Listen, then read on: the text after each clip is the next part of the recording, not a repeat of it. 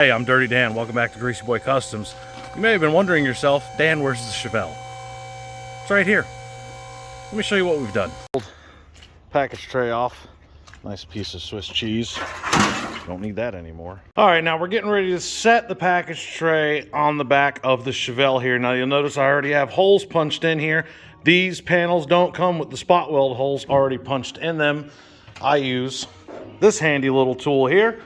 It punches holes with this side of the die, and on this side of the die, it steps the metal. So we'll just throw an extra spot weld punch in there somewhere so you can see it. And there you go. We also have our transmission stuck in here. Now, we went with a 4L60. This one has been built above stock. Now, the LS that's in it is going to be pretty much a stock engine, but still, we want to make sure we have a nice beefy transmission. Now, as far as the cross member goes, you can see this is the factory cross member right here. We just have it kind of stuck in place.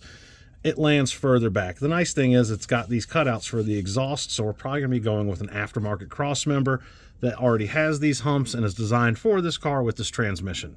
Yes, I can build one. But one important thing as a shop owner when figuring out a build like this is it more cost effective for you and the customer to buy a new part or to fabricate it? Because meanwhile, I'll only have what, like 20 bucks in materials building that cross member, but I'm gonna have an hour and a half and measuring everything out, cutting it out, fabbing it up, making sure it's right. Now we're looking at $250 for a cross member. I can buy one for that price. It's already done and already fits and looks just as nice. So we're not gonna fabricate on this part, we're gonna buy and install. Now that we have the transmission set in place, we can move on to some other sheet metal work because the patch panels finally showed up. Well, let me show you what patches. We picked up these panels right here. Pretty good price. I believe we got these from Jegs, if I'm not mistaken. These are the quarter lower patches down here. This is severely rotted out on both sides, but it wraps around behind the bumper in this valance, so you really kind of need to get those out of the way.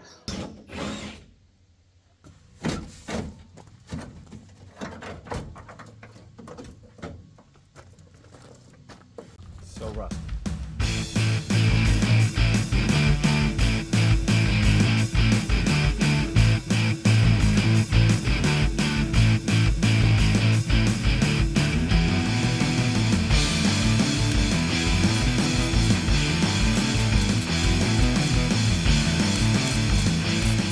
And that brings us to today and what we're doing on the Chevelle.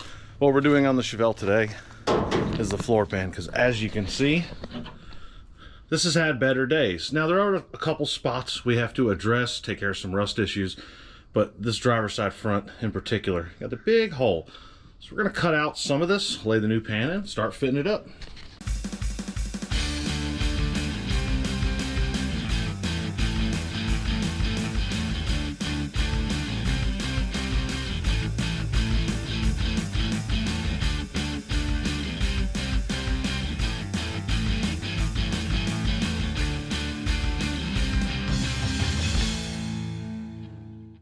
And look at that, we got a floor pan. Now we still got a little bit of buttoning up to do on it, but way better than it was.